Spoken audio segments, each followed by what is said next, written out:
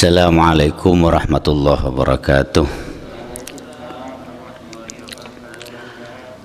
Liqada'i hawajina wa likulli niyatin salihah ma nawayna thumma ila hadratin nabil mustafa rasulillah sallallahu alaihi wasallam wa ala jami' ikhwanihi minal anbiya wal mursalin wa syuhada wa salihin thumma ila abaina wa ummahatina wa ajdadina wa jaddatina wa usulina wa furuina wa muallimina fid din wa dhil huquqi alaina. Al-Fatihah. A'udzu billahi minasy syaithanir rajim. Bismillahirrahmanirrahim. Alhamdulillahi rabbil alamin arrahmanir rahim maliki yaumiddin. Iyyaka na'budu wa iyyaka nasta'in ihdinas siratal mustaqim siratal ladzina an'amta 'alaihim ghairil maghdubi 'alaihim waladdallin. Alhamdulillah. Alhamdulillahilladzi an'ama 'alaina bi ni'matil Islam wal iman. Wa asyhadu an la ilaha illallah wahdahu la syarika lah al-karimul mannan. Wa asyhadu anna sayyidana Muhammadan abduhu wa rasuluh sayyidul khalaiqi wal bashari wal insan. Allahumma salli wa sallim ala sayyidina Muhammadin wa ala alihi wa ashabihi wa man tabi'ahum bi ihsan. Amma ba'd. Ma'asyiral hadirin rahimakumullah. Marilah kita panjatkan puji syukur kehadirat Allah Subhanahu wa taala yang telah banyak memberikan nikmat kepada kita, yang memberi kesempatan kita pada pagi hari ini untuk berkumpul kembali menggali sebagian dari ilmu Allah. Kita jangan merasa pinter kalau kita sudah menguasai banyak ilmu, karena ilmu Allah itu ibarat lautan, sedangkan ilmu yang kita miliki ini hanya setetes air di tengah lautan. Jadi kalau ada orang yang merasa pinter, sebenarnya itu hanya satu tetes air dibanding lautan yang begitu luas. Ma'asyiral hadirin rahimakumullah. Alhamdulillah kita sudah hampir menjelang bulan Ramadan.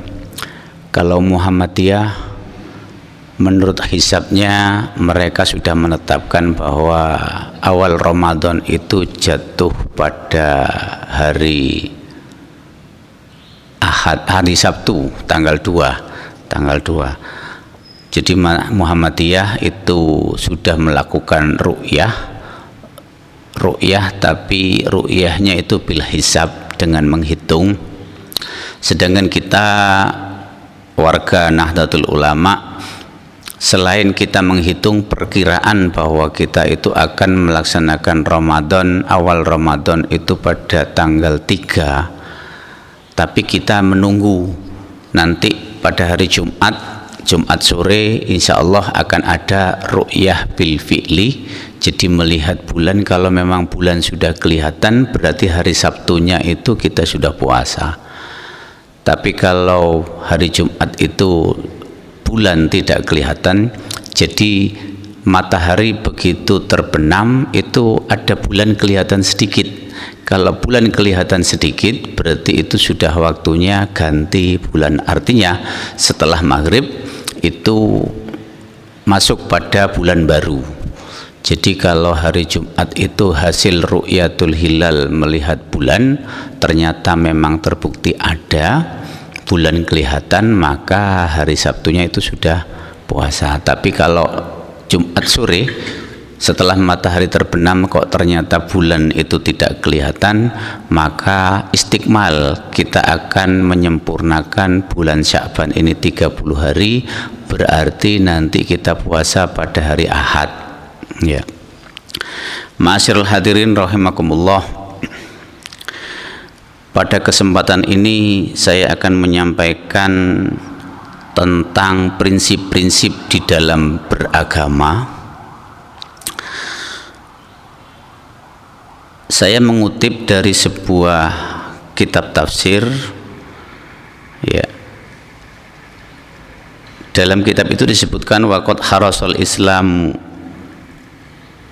alal hifadi ala fitratil insan sawiyatan min khilalil muhafadati alal maqasidil kulliyatil khams. Di situ ada terjemahannya. Islam itu sangat tertarik, sangat ingin alal hifad. Islam itu sangat ingin menjaga ala fitratil insan, fitrah manusia itu sebaik-baiknya. Jadi agama itu tujuannya menjaga fitrah manusia sebaik-baiknya. Sama halnya dengan menjaga maqasid. Maqasid itu tujuan. Maqasid itu jamak dari maksud. Maksud itu satu, jamaknya itu maqasid. Berarti maksud-maksud atau tujuan-tujuan. Al-kulliyah. Kulliyah itu prinsip-prinsip dasar. Al-khamsah yang 5.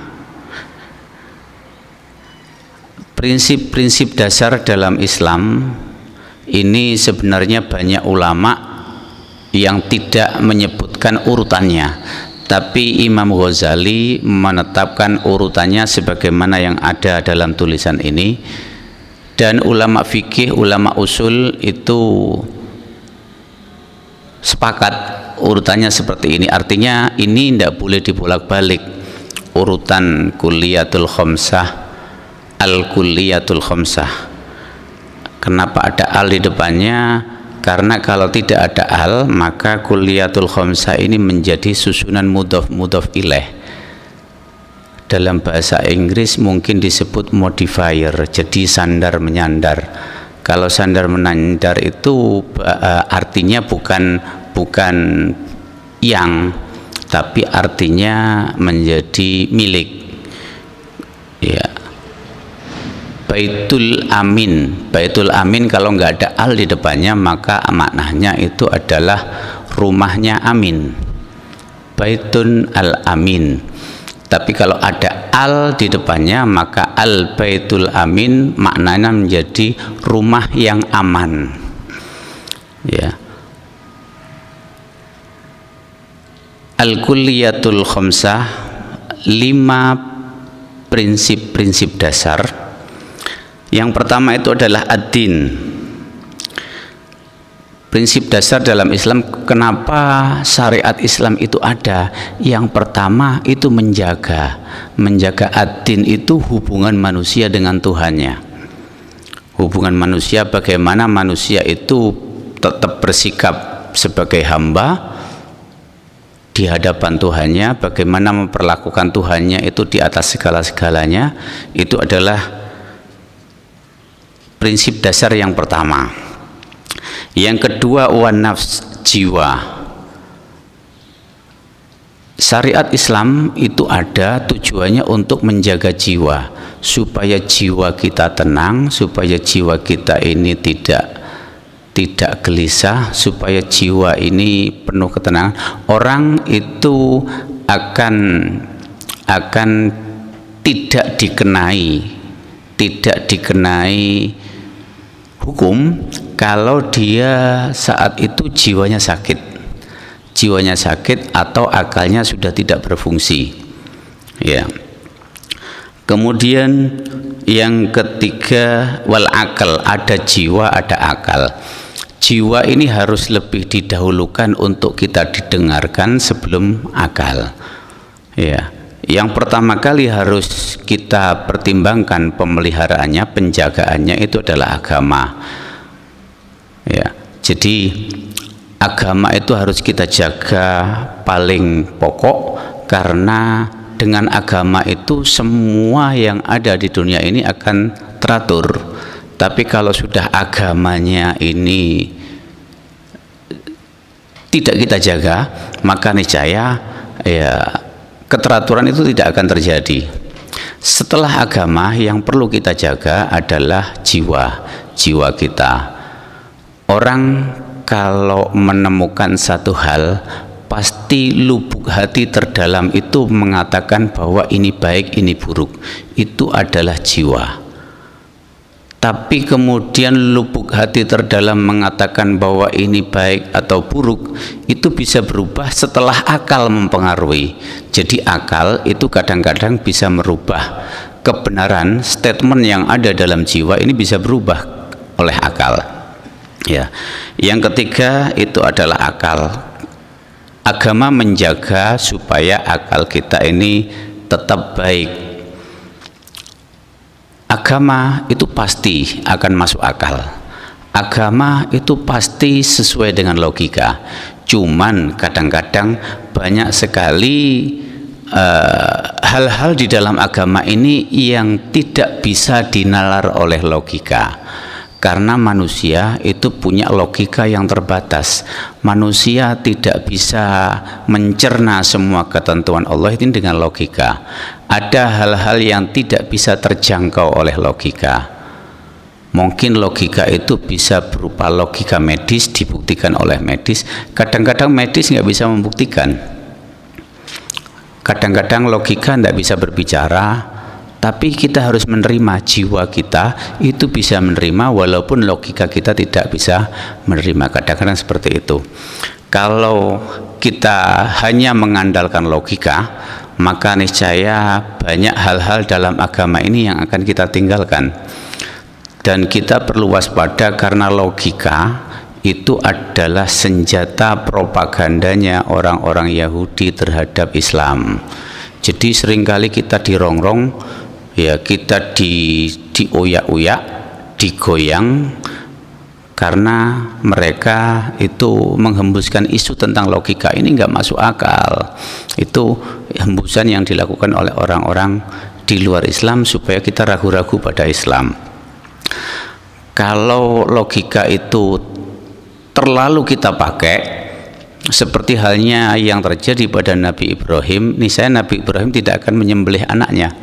Tidak akan ada syariat kita berkorban kalau kita menggunakan logika. Allah memerintahkan kepada Nabi Ibrahim untuk menyembelih anaknya. Kalau pakai logika, mana ada perintah membunuh anaknya sendiri. Kalau itu memang sudah perintah Allah, kita jangan pakai logika. Nabi Khidir diperintahkan oleh Allah untuk membunuh anak waktu Nabi Khidir bersama Nabi Musa. Nabi Khidir tidak menggunakan logika karena itu sudah perintah dari Allah. Jadi agama itu harus didahulukan, baru kemudian jiwa, setelah itu kita memelihara akal. Kemudian yang ketiga an-nasl wan nasl. Agama itu, syariat itu ada tujuannya untuk menjaga keturunan. Keturunan ini supaya nggak campur. Mengapa dilarang melakukan pergaulan bebas? Ini untuk menjaga keturunan. Laki-laki dan perempuan ini sangat dijaga keturunannya supaya tidak campur. Ini anaknya siapa, anaknya siapa. Kita harus berhati-hati dalam masalah keturunan ini. Ya, karena zina itu adalah dosa besar yang hampir dikategorikan sama dengan orang yang musyrik. Ya, tidak boleh menikah dengan orang yang berbuat zina kecuali orang yang berbuat zina juga atau orang-orang musyrik. Ya. Jadi itu sudah hampir sama perbuatan zina itu dengan perbuatan musyrik. Karena pada saat melakukan perbuatan zina, dia itu sudah tidak beriman lagi kepada Allah. Sudah tidak beriman lagi, sudah tidak percaya kepada Allah, sudah dilarang oleh Allah, dan larangan itu cukup tegas, tapi kok masih dilanggar juga, berarti sudah nggak percaya kepada Allah. Sudah menyekutukan Allah, mengalahkan Allah dengan nafsunya. Jadi Allah kalah oleh nafsunya. Ya. Terus kemudian yang kelima itu wal mal. Kenapa syariat itu ada? Tujuannya untuk menjaga harta benda. Ya. Syariat itu ada tujuannya untuk menjaga harta benda. Kita dalam syariat Islam itu disuruh berdagang. Pekerjaan yang paling baik itu adalah berdagang, karena hampir semua pekerjaan itu transaksional, ada penjual, ada pembeli. Ada penjual yang menjual barang, ada penjual yang menjual jasa. Jadi semua itu transaksi antara penjual dan pembeli. Ada yang membeli dengan jasa, ada yang membeli dengan alat tukar. Ada yang menjual jasa, ada yang menjual barang. Jadi sebenarnya pada dasarnya semua itu adalah jual beli. Ya. Petani setelah panen akan dijual. Petani waktu menanam itu juga membeli pupuknya dan sebagainya. Terus kemudian guru dengan siswa itu pada dasarnya adalah jual beli. Guru menjual ilmunya, siswa itu membeli dengan apa? Kalau tidak membeli dengan sesuatu di dunia, maka siswa itu membelinya nanti di akhirat. Allah menjanjikan pahala bagi orang yang mengajar. Makanya seharusnya guru itu lebih mementingkan pahala akhiratnya dibanding dunia. Kalau dia sudah pamrihnya di dunia, maka niscaya di akhirat itu tidak akan menerima apa-apa.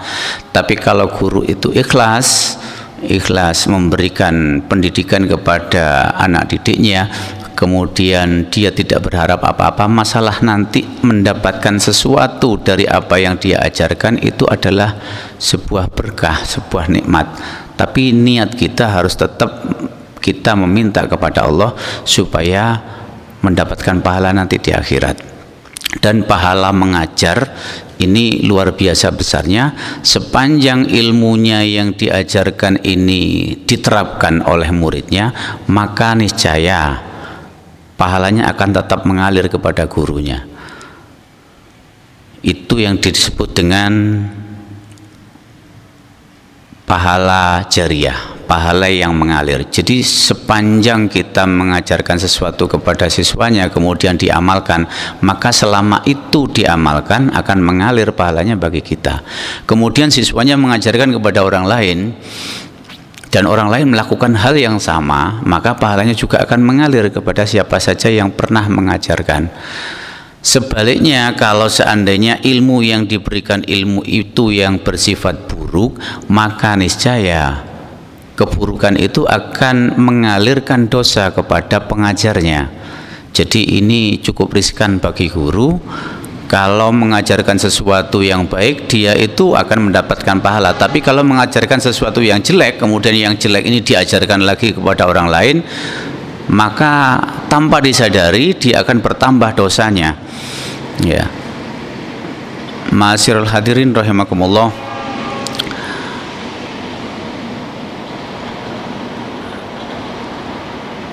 Wa saunuha min kulli taghyirin yufsiduha. Dan menjaganya dari setiap perubahan yang merusaknya. Jadi agama ini yang dijaga itu pertama adalah syariat, itu yang dijaga adalah agama yang pertama, kemudian yang kedua jiwa, yang ketiga akal, yang keempat keturunan, dan yang kelima itu harta benda. Harta benda yang kita miliki harus kita yakini bahwa itu bukan milik kita, itu adalah milik Allah. Tapi Allah sudah memberikan wewenang kepada kita untuk mengelola harta tersebut. Jadi pada dasarnya harta yang dititipkan kepada kita itu harus kita jaga, kita manfaatkan sebaik-baiknya, karena semuanya akan dimintai pertanggungjawaban. Ya. Kemudian syariat menjaga semuanya ini supaya tidak rusak. Harta itu bisa rusak. Harta kita tiba-tiba dirampas orang, itu kan berarti terjadi kerusakan pada harta kita. Yang asalnya banyak tiba-tiba habis. Ya. Transaksi yang diajarkan dalam perekonomian Islam tujuannya supaya harta ini bisa diperoleh dengan cara yang baik, dan harta ini akan diberikan kepada orang dengan cara yang baik pula. Ya. Jadi syariat itu menjaga dari setiap perubahan yang merusaknya. Sawaun min haitsus sabab sama halnya dari sisi sebab amin natijah atau dari akibat. Jadi sebab-sebab itu sudah diprediksi oleh syariat supaya tidak terjadi akibat yang tidak diinginkan.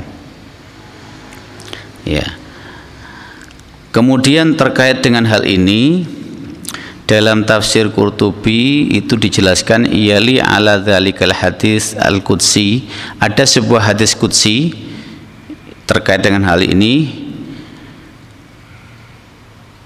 alladzi awradahul Qurtubi, ini dicantumkan dalam tafsir Al-Qurtubi min riwayatil Qadi Ismail, dari riwayat Hakim Ismail. Allah berfirman, inni khalaqtu ibadi khunafa'a kullahum, sesungguhnya aku menciptakan semua hambaku itu semuanya hatinya itu lurus, tidak belok-belok, tidak ada yang nyeleweng, tidak ada yang nyimpang. Wa inna syayatin, dan sesungguhnya setan, atadhum, setan itu yang mendatangi mereka, fajtalathum andinihim, kemudian setan ini yang menggoda mereka untuk menyimpang dari ajaran agamanya. Jadi pada dasarnya semua manusia, semua makhluk itu diciptakan oleh Allah itu lurus. Jadi yang menghuni surga dan neraka itu jin dan manusia. Selain bangsa manusia ada bangsa jin yang berpeluang untuk masuk neraka. Ya. Semua itu sebenarnya sudah diarahkan hatinya menuju ke surga. Tapi setan itu yang mempengaruhi mereka sehingga mereka manusia dengan jin itu kadang-kadang menyimpang dari kebenaran. Ma'asyiral hadirin rahimakumullah, dari uraian di atas, dari al-kulliyatul khamsah, dari 5 prinsip-prinsip dasar dalam syariat Islam. Yang pertama menjaga agama, yang harus kita jaga urutannya menurut Imam Ghazali, ini agama itu yang paling penting. Kenapa agama paling penting? Karena itu yang paling mendasar, yang menyebabkan seseorang masuk surga atau tidak itu di agamanya. Kemudian menjaga jiwa, menjaga akal, menjaga keturunan, dan menjaga harta. Kalau kita balik, ya ini model analisa terbalik. Kalau kita balik, yang paling bawah sendiri, harta, itu adalah prinsip dasar yang paling mudah digoda oleh setan. Di atasnya itu ada keturunan. Harta ini orang alim pun kadang-kadang mudah digoda oleh setan dalam hal harta. Jadi banyak orang, lebih banyak manusia yang tidak terjaga hartanya rusak, mungkin bercampur dengan hal-hal yang haram, mungkin dia dalam memperlakukan hartanya itu ada yang menyakiti hati orang. Itu banyak terjadi karena harta ini yang paling mudah digoda oleh setan. Kemudian di atas harta ini keturunan. Godaan itu banyak yang terjadi di atasnya harta. Orang banyak menjaga dirinya dari keturunan yang tidak jelas, dari keturunan yang salah, nasab yang campur aduk. Orang itu kadang-kadang masih bisa menjaga ini, tapi mereka banyak yang tergoda. Mereka banyak yang tergoda untuk Untuk menyimpang. Jadi kita dalam dunia ini boleh melampiaskan hawa nafsunya itu hanya kepada istrinya, tapi kadang-kadang mata kita tergoda ketika selain dari istri kita itu menarik pandangan kita. Ini godaan setan masih banyak tapi lebih sedikit dibanding godaan pada harta. Kemudian di atasnya lagi akal, setan itu lebih sulit menggoda akal kita karena akal kita itu senantiasa berpikir yang positif, biasanya begitu. Ya, akal kita biasanya kalau mau digoda oleh setan, kita pasti akan berpikir ini boleh tidak. Cuma kadang-kadang setelah itu akal kita terpengaruh oleh setan sehingga kadang-kadang yang boleh itu jadi tidak boleh. Seperti halnya yang pernah terjadi pada Nabi Adam. Nabi Adam waktu digoda oleh setan untuk memakan buah kekekalan, buah khuldi, itu Nabi Adam menolak karena menurut akal Nabi Adam Allah sudah melarang. Kalau Allah sudah melarang tidak bisa dilanggar, tapi karena begitu ada godaan dari istrinya Nabi Adam, baru Nabi Adam itu terbawa oleh rayuan setan. Akal. Kemudian yang di atasnya lagi lebih sulit lagi, yakni jiwa. Jiwa itu adalah sesuatu yang ada pada diri kita yang biasanya memberikan statement pertama. Kalau kita melihat sebuah keadaan, kalau kita melihat sebuah kondisi, maka jiwa itu yang akan menyebutkan ini baik atau tidak. Jadi yang pertama kali memberikan pernyataan itu adalah jiwa kita, tapi kemudian akal yang mempengaruhi. Jiwa itu lubuk hati yang paling dalam, itu senantiasa menyatakan kebenaran. Ini yang dijaga oleh syariat supaya jiwa ini sehat. Artinya apa yang dikatakan oleh jiwa itu benar, ya berarti itu memang benar. Apa yang dikatakan oleh jiwa ini tidak baik, ya berarti itu memang tidak baik. Ya. Kemudian berikutnya yang terakhir, godaan setan yang paling berat itu adalah godaan setan terkait dengan agama. Tapi bagaimanapun juga meskipun ini berat, tetap banyak orang yang tergoda oleh setan. Tapi kalau menurut rankingnya Imam Ghazali, agama itu pada porsi penjagaan yang paling utama, kemudian baru jiwa, kemudian akal yang kita pelihara, setelah itu keturunan dan harta. Ya. Kalau menurut Imam Ghazali seperti itu, ya, ini menunjukkan bahwa kalau setan itu lebih mudah menggoda yang dari bawah. Ya, banyak orang tergoda. Ya, kalau setan itu menggodanya dari bawah itu lebih mudah. Ma'asyiral hadirin rahimakumullah. Manusia kalau sudah akil balik, akil itu artinya sudah bisa memanfaatkan akal. Balik itu artinya sudah mencapai umurnya. Jadi batasan untuk orang laki-laki dan perempuan akil balik itu pokoknya akalnya bisa membedakan mana yang baik dan mana yang buruk, berarti akalnya sehat. Kalau bisa membedakan mana yang baik dan mana yang buruk, mana orang cantik, mana orang ganteng dan mana orang yang tidak, berarti itu akalnya sudah sehat. Balik itu umurnya sudah nyampe. Kalau orang normal, laki-laki dan perempuan itu adalah tanda-tanda kelamin sekunder. Jadi yang laki-laki itu sudah bisa mengeluarkan sperma, yang perempuan itu sudah datang bulan, berarti ini sudah balik, umurnya sudah nyampe. Kalau tanda-tanda normal ini tidak ada, maka batasannya adalah sampai 15 tahun. 15 tahun ini ya menurut kalender Hijriah.